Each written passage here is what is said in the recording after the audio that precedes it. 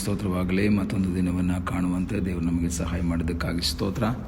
ಆತನು ಮಾಡಿದ ಎಲ್ಲ ಉಪಕಾರಗಳಿಗಾಗಿ, ಎಲ್ಲ ಆಶೀರ್ವಾದಗಳಿಗಾಗಿ ದೇವರಿಗೆ ಸ್ತೋತ್ರವನ್ನು, ಮಹಿಮೆಯನ್ನು ಸಲ್ಲಿಸ್ತೇನೆ. ಈ ದಿವಸ ದೇವರ ವಾಕ್ಯವನ್ನು ಧ್ಯಾನಿಸುವಂತಹ ಈ ಸುಂದರವಾದ ಸಮಯದಲ್ಲಿ ನಮ್ಮನ್ನೇ ದೇವರ ಸಮರ್ಪಿಸಿಕೊಳ್ಳೋಣ.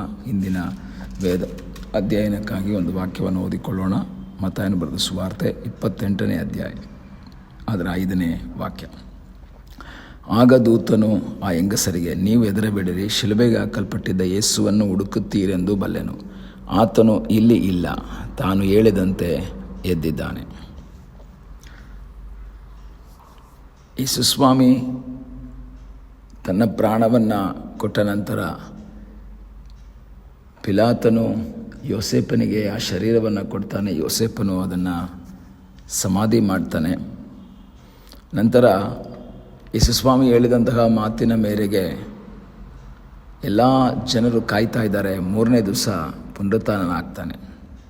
28ನೇ ಅಧ್ಯಾಯ 1ನೆಯ ವಾಕ್ಯದಲ್ಲಿ ಓದ್ತೇವೆ. ಸಬ್ಬತ್ ದಿನ ಆದ ಮೇಲೆ ವಾರದ 1ನೇ ದಿವಸ ಬೆಳಗಾಗುವಾಗ ಮಗ್ದಲದ ಮರಿಯಳು, ಆ ಬೇರೆ ಮರಿಯಳು ಸಮಾಧಿಯನ್ನು ನೋಡುವುದಕ್ಕೆ ಬಂದರು.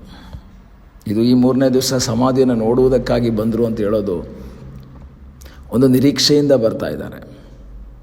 ಸುಮ್ಮನೆ ಎಲ್ಲರೂ 3ನೇ ದಿವಸದಲ್ಲಿ ಸಮಾಧಿಗೆ ಹೋಗಿ ಹಾಲೊಯ್ಯಕ್ಕೆ ಹೋದಂಗೆ ಹಾಲೊಯ್ಯೋದಕ್ಕೆ ಅಂತ ಬಂದವರಲ್ಲ ಈ ಸಹೋದರಿಯರು. ಇವರಲ್ಲೊಂದು ನಿರೀಕ್ಷೆ ಇದೆ, ಒಂದು ನಂಬಿಕೆ ಇದೆ.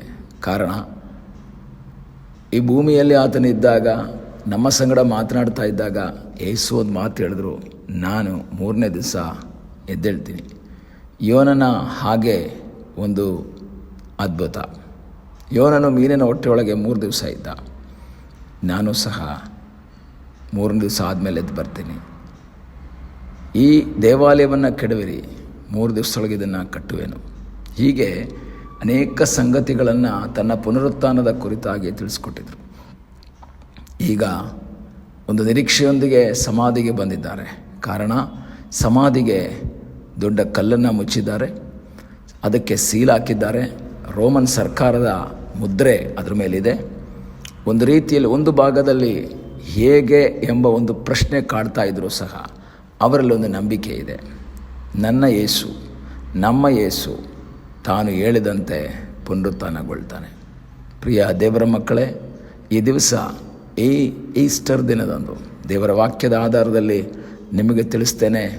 ಯಾರೆಲ್ಲ ಅಡ್ಡಿಯಾದರೂ, ಯಾವುದೆಲ್ಲ ಅಡ್ಡಿಗಳನ್ನು ಅವ್ರು ಮಾಡಿದ್ರೂ ಸಹ ದೇವರು ತನ್ನ ಮಾತನ್ನು ಉಳಿಸ್ಕೊಳ್ತಾನೆ. ಎಷ್ಟೇ ಸಮಸ್ಯೆ ಆಗಲಿ, ನಿನ್ನ ಜೀವಿತದಲ್ಲಿ ಪುನರುತ್ಥಾನಗೊಳ್ಳೋದಿಲ್ಲ, ಇನ್ನೂ ಇದಕ್ಕೆ ಜೀವ ಬರೋದಿಲ್ಲ ಎಂಬುದಾಗಿ ಸನ್ನಿವೇಶಗಳು ತೋರ್ತಾ ಇದ್ರೂ ಸಹ ನೀನು ನಿರಾಶೆ ಪಡಬೇಡ. ಆತನು ನಿನ್ನಲ್ಲಿ ಅದ್ಭುತವನ್ನು ಮಾಡೋದಕ್ಕೆ ಶಕ್ತನಾಗಿದ್ದಾನೆ. ಹೀಗೆ ಅವರೆಲ್ಲರೂ ನೋಡ್ತಾ ಇರುವಾಗ ವಾಕ್ಯ ಹೇಳ್ತದೆ, ಅಲ್ಲಿ ದೂತ ಹೇಳ್ತಾ ಇದ್ದಾನೆ, ಆತನು ಇಲ್ಲಿ ಇಲ್ಲ, ತಾನು ಹೇಳಿದಂತೆ ಎದ್ದಿದ್ದಾನೆ. ಅವರೆಲ್ಲ ಹುಡುಕ್ತಾ ಇದ್ದಾರೆ, ಎಲ್ಲಿದ್ದಾರೆ ಯೇಸು? ಯೇಸು ಇಲ್ಲ. ಯೇಸು ಸ್ವಾಮಿ ಅಲ್ಲಿಂದ ಪುನರುತ್ಥಾನ ಆಗಿದ್ದಾರೆ. ಆತನು ಇಲ್ಲಿ ಇಲ್ಲ, ಸಮಾಧಿಯಲ್ಲಿ ಇಲ್ಲ. ಬದುಕಿರುವವನನ್ನು ಸಮಾಧಿಯಲ್ಲಿ ಹುಡುಕುವುದೇನು ಎಂಬುದಾಗಿಯೂ ಸಹ ನಾವು ನೋಡ್ತೇವೆ. ಪ್ರಿಯ ದೇವರ ಮಕ್ಕಳೇ, ಇಂದು ಈ ಈಸ್ಟರ್ ದಿನ ನಮಗೆ ಸಂತೋಷದ ಒಂದು ಅನುಭವ ಏನು ಅಂದರೆ, ನನ್ನ ಯೇಸು ಪುನರುತ್ಥಾನಗೊಂಡನು. ನನ್ನ ಯೇಸು, ಆತನು ಮರಣವನ್ನೇ ಗೆದ್ದಂತಹ ಒಬ್ಬ ವ್ಯಕ್ತಿಯಾಗಿದ್ದಾನೆ. ಪಾತಾಳವು ಅವನನ್ನು ಇಟ್ಟುಕೊಳ್ಳಲು ಸಾಧ್ಯವಾಗಲಿಲ್ಲ. ಮರಣವು ಆತನನ್ನು ಹಿಡಿದುಕೊಂಡಿರುವುದು ಅಸಾಧ್ಯವಾಗಿತ್ತು ಎಂಬುದಾಗಿ ವಾಕ್ಯ ಹೇಳ್ತದೆ. ಯಾತಕ್ಕೋಸ್ಕರ ಪುನರುತ್ಥಾನ ಆದನು? ನಿನ್ನ ಪಾಪಗಳ ದೆಸೆಯಿಂದ ಸತ್ತಂತಹ ಯೇಸು ಈಗೋ ಪುನರುತ್ಥಾನ ಆಗಿದ್ದಾನೆ, ಮರಣವನ್ನೇ ಗೆದ್ದಿದ್ದಾನೆ. ಮರಣವನ್ನೇ ಜಯಿಸಿದಂತಹ ಒಂದು ಅನುಭವ ಅಲ್ಲಿ ನಾವು ನೋಡ್ತೇವೆ. ಇದರ ಮೂಲಕ ನಮಗೇನು ಗೊತ್ತಾಗ್ತದೆ ಅಂತ ಹೇಳಿದ್ರೆ, ಯೇಸು ಕ್ರಿಸ್ತನು ಮೊದಲನೇವನಾಗಿ ಪುನರುತ್ಥಾನಗೊಂಡಿದ್ದಾನೆ. ಅದರ ಅರ್ಥ, ನಾನು ನೀವು ಸತ್ತರೆ ನಾವು ಸಹ ಪುನರುತ್ಥಾನಗೊಳ್ತೀವಿ. ನಮಗೊಂದು ಪುನರುತ್ಥಾನ ಇದೆ ಎಂಬುದಾಗಿ ದೇವರ ವಾಕ್ಯದಲ್ಲಿ ಓದುವಾಗ ನಮಗೆ ಗೊತ್ತಾಗ್ತದೆ.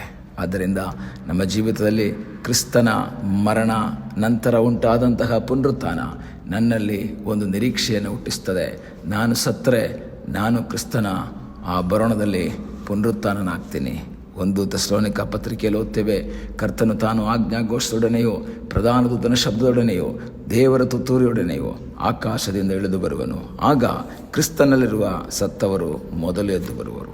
ಆಮೇಲೆ ಜೀವದಿಂದ ಉಳಿದಿರುವ ನಾವು ಆತನನ್ನು ಎದುರುಗೊಳ್ಳುವುದಕ್ಕಾಗಿ ಅಂತರಿಕ್ಷದಲ್ಲಿ ನಾವು ಒಯ್ಯಲ್ಪಡುವೆವು.